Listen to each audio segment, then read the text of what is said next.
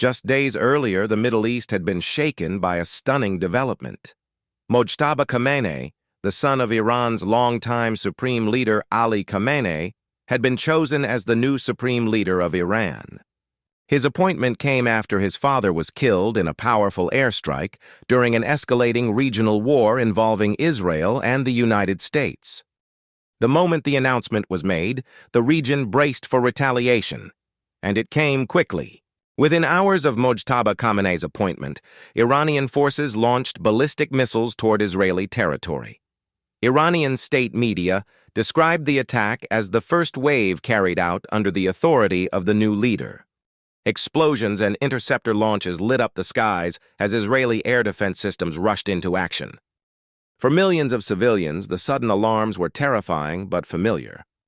For analysts and governments around the world, however, the message was unmistakable. Iran's new leadership was signaling that the war would not pause during a transition of power. To understand why this moment is so significant, you have to go back to the beginning of the crisis. For years, Iran and Israel had been locked in a tense shadow conflict: cyber attacks, proxy wars, assassinations, and covert operations. But the conflict intensified dramatically after a series of direct confrontations and missile strikes in recent years. The rivalry had already crossed many red lines. Then came the strike that changed everything. On February 28, 2026, a massive air operation targeted senior Iranian leadership in Tehran.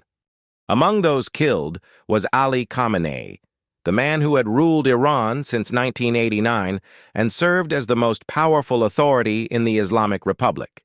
His death created an immediate power vacuum in one of the world's most strategically important countries. In Iran's political system, the supreme leader is not just a symbolic figure. He commands the armed forces, oversees the powerful Revolutionary Guards, and holds ultimate authority over foreign and military policy. The question of who would replace Khamenei was not merely domestic, it had global implications. The responsibility fell to the Assembly of Experts, an influential clerical body tasked with selecting the supreme leader. After days of uncertainty, they announced their decision. The choice surprised some observers, but not those familiar with the inner workings of Iran's power structure: Mojtaba Khamenei. For years, Mojtaba had remained largely in the shadows.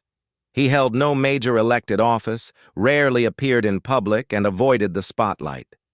Yet insiders often described him as deeply influential behind the scenes, with strong ties to the Islamic Revolutionary Guard Corps, the elite military force that plays a major role in Iran's regional strategy. His elevation marked something unprecedented in the Islamic Republic.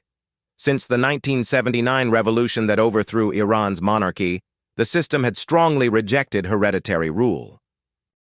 But now, the son of the previous supreme leader had inherited the most powerful position in the country, raising concerns among critics about the emergence of a political dynasty.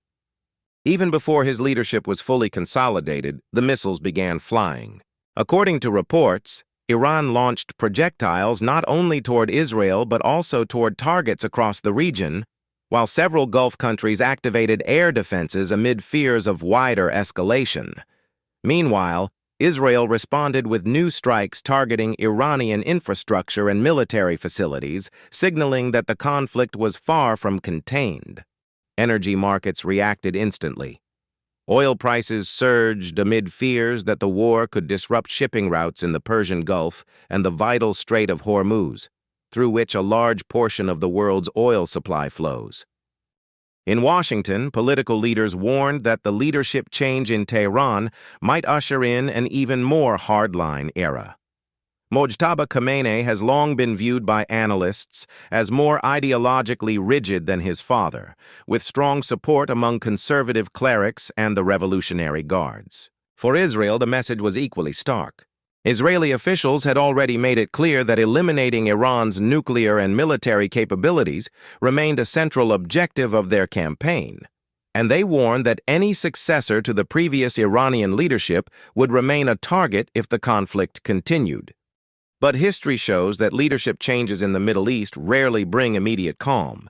Instead, they often produce the opposite. A new leader must demonstrate strength. Rivals test resolve, allies demand reassurance, and enemies watch closely for any sign of weakness.